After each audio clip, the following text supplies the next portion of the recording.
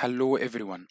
Welcome to the new section of our course, which is high voltage testing and measurement. Now we know how to generate all types of high voltage waveforms, and we said that one of the important applications of generating high voltage is to test the insulators before they can be used in the electric power system in order to determine the breakdown voltage of the insulator.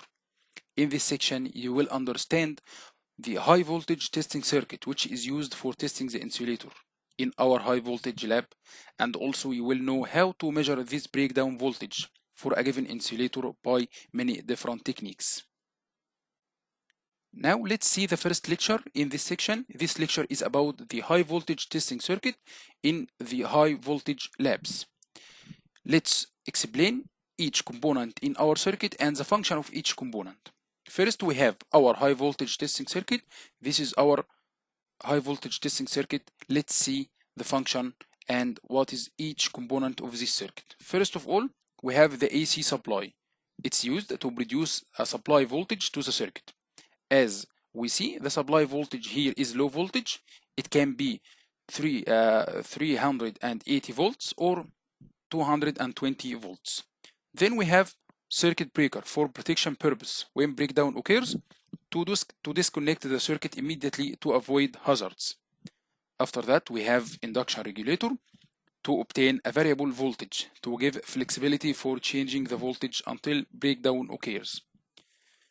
Also, we have a voltmeter to measure the voltage in the low voltage side of the high voltage transformer, and this is one of the simplest methods to measure the high voltage, and it will be explained in the next lectures in detail. Also, we have the earthed cage. It's very important in high voltage testing lab for the protection of the humans themselves.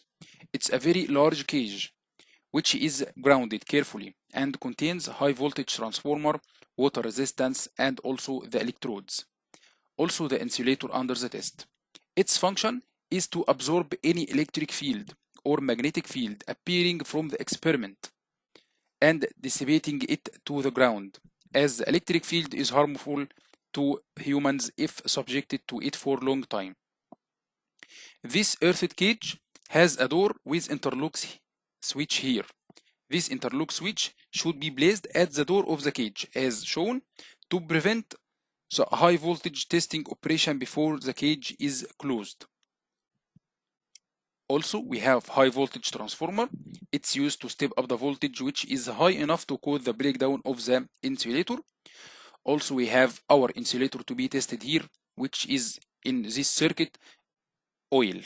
So we have two electrodes as shown. The first electrode is subjected to high voltage and second electrode is subjected to the ground.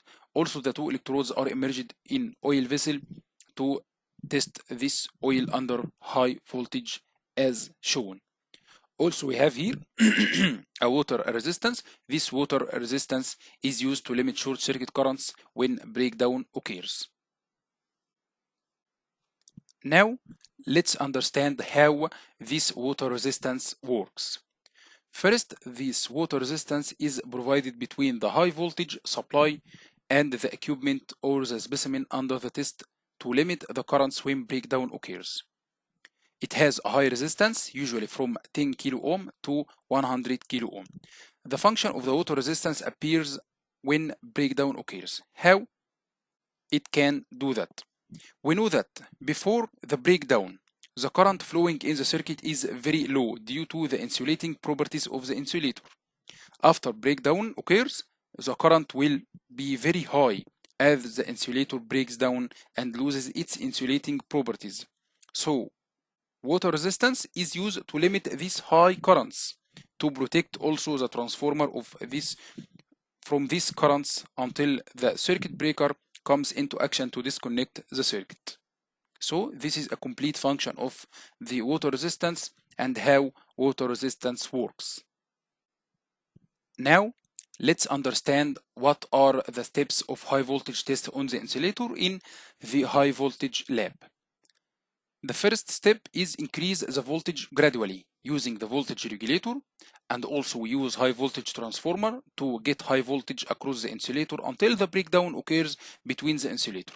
When breakdown occurs, observe the reading of the voltage quickly using any high voltage measurement methods.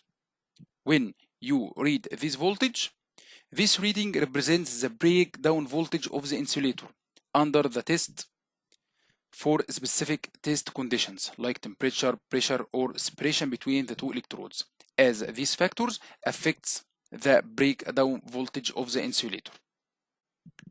When breakdown occurs, don't forget to disconnect the circuit quickly by using the circuit breaker. So, these are the steps of determining the breakdown voltage of the insulator, and this is a complete understanding of our high voltage testing circuit in high voltage lab.